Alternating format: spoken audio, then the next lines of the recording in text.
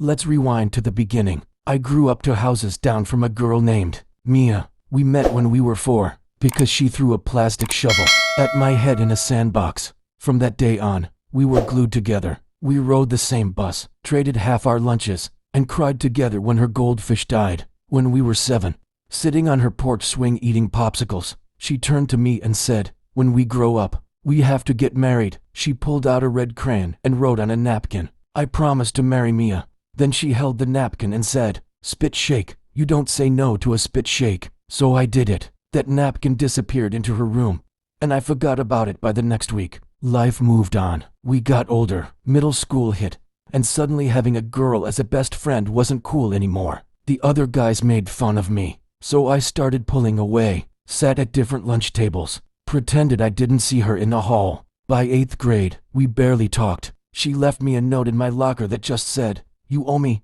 I threw it away. High school came and my family moved 3 hours away. I didn't even say goodbye properly, just a text that said, "Hey, we're moving." Later, she replied with a thumbs up emoji. That was it for 6 years. Last summer, my mom got sick, nothing life-threatening, but she needed surgery, and I came back home to help. The first night, my mom said there was a barbecue at Mia's parents' house. I showed up late on purpose. The second I walked into that backyard, I saw her. She saw me, didn't smile, didn't wave, just pointed at a chair and said, "Sit." Then her grandmother came out. Grandma Rosa walked right up to me, smacked my arm with a wooden spoon, and said, "You broke my granddaughter's heart. You fix it or I fix you." Then she walked away. I turned to Mia, ready to apologize, but she wasn't looking at me with anger. She was looking at me with a smirk. That's when she pulled out a blue plastic binder. On the front, written in Sharpie, Exhibit A. Inside were photocopies of everything.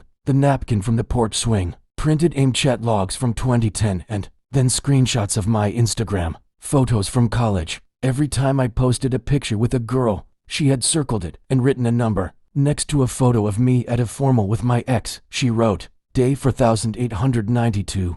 He's wearing a tie. I bought him." She had been keeping score for 15 years. She said, "You have 3 days to prove you meant it." Day 1 was called the Memory Lane marathon. She made me go to every single spot in town that meant something to us as kids. At each spot, she had a hard question. If I got it wrong, I had to do 10 jumping jacks in public. I did a lot of jumping jacks. Day 2 was the truth hour. She sat me down with a voice recorder and asked, "Why did you leave without saying goodbye?" I told her the truth. I was scared. One chose being popular over being real, and I had been running ever since. Day 3, the final test. She didn't give me a challenge. She gave me a choice. She said, "I don't need you to marry me. I stopped believing in that napkin years ago. You can walk away right now. No money, no Instagram post. Just leave and we never talk again. Or you can stay and prove that you're finally done running." I stood in her kitchen for a full minute.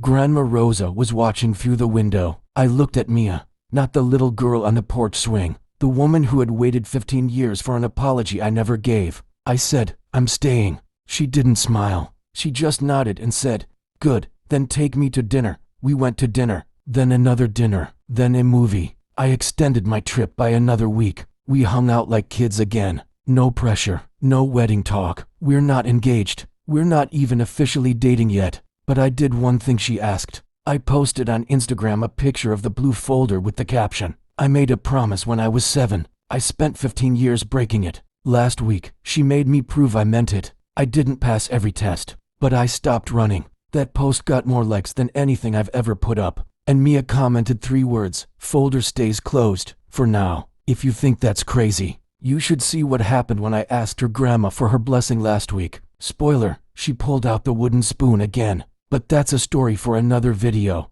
Click the video popping up on your screen right now to see what happened next.